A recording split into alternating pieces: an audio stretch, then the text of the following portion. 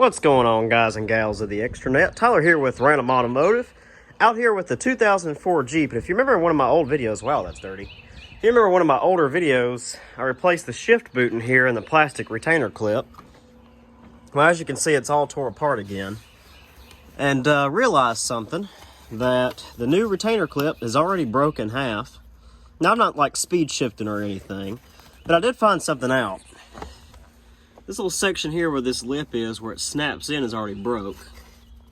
So I think it was causing it to rub where that slot is, bend it that way, and cause that plastic to fracture. This is pretty junky anyway. It's really thin plastic and not made of anything. So I thought, I wonder if I could 3D print something. So let's get to designing. So here's the design. I actually got it off the internet. Beefed it up a little bit. Now with that broken piece, I added this design cue in here. Basically, it's going to stick out a little bit further, and it's one solid piece, so maybe it'll go under that lip. I also added a Random Automotive deal on the side of it. So let's see how long this will take to make. 10 hours? Okay, so I actually made this like 2 days ago and just now had time to put it on.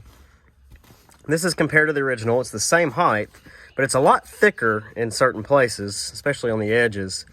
And it's a lot more durable. If you look at the video, you can tell how that bends pretty well. You can't bend this at all. There's the design cue that I changed there to add. It didn't do perfect because it's kind of like a ledge. I think it printed this way. And it kind of left a ledge there. But not perfect, but nobody's going to see this.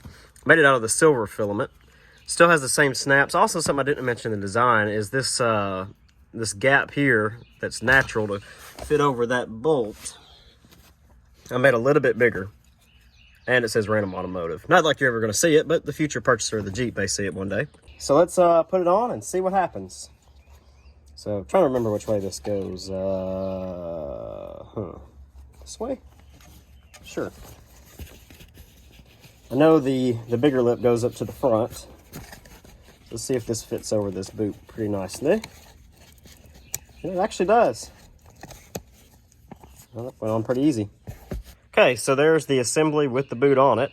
So let's, what we'll do is we're going to just, like I said in the other video, slide that over the top and let's see if it snaps in. Okay, so we're just going to push it down. I got to make sure that that lip goes underneath. It's kind of hard to do one-handed. Goes underneath and snaps in. Okay. Wow, every corner of this is actually snapped in for once. That has never happened before.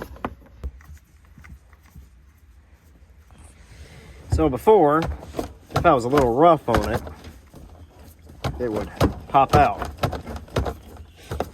Not even budging. That is awesome. What else is crazy is that this here cost me like $10 and is made of nothing. That fix cost me like 25 cents, maybe, even if that. So that's how I used a 3D printer to fix my Jeep. If you like this video, be sure to give it a thumbs up. I'm going to somehow put a link to the file below so you can download it and then you can modify it how you want to. Or if you want my design, just leave a comment and we'll find a way to get that to you. As always, guys, like I said, if you like the video, give it a thumbs up. Subscribe to the channel because there's more content coming like this and all kinds of other things. And we'll catch you in the next one.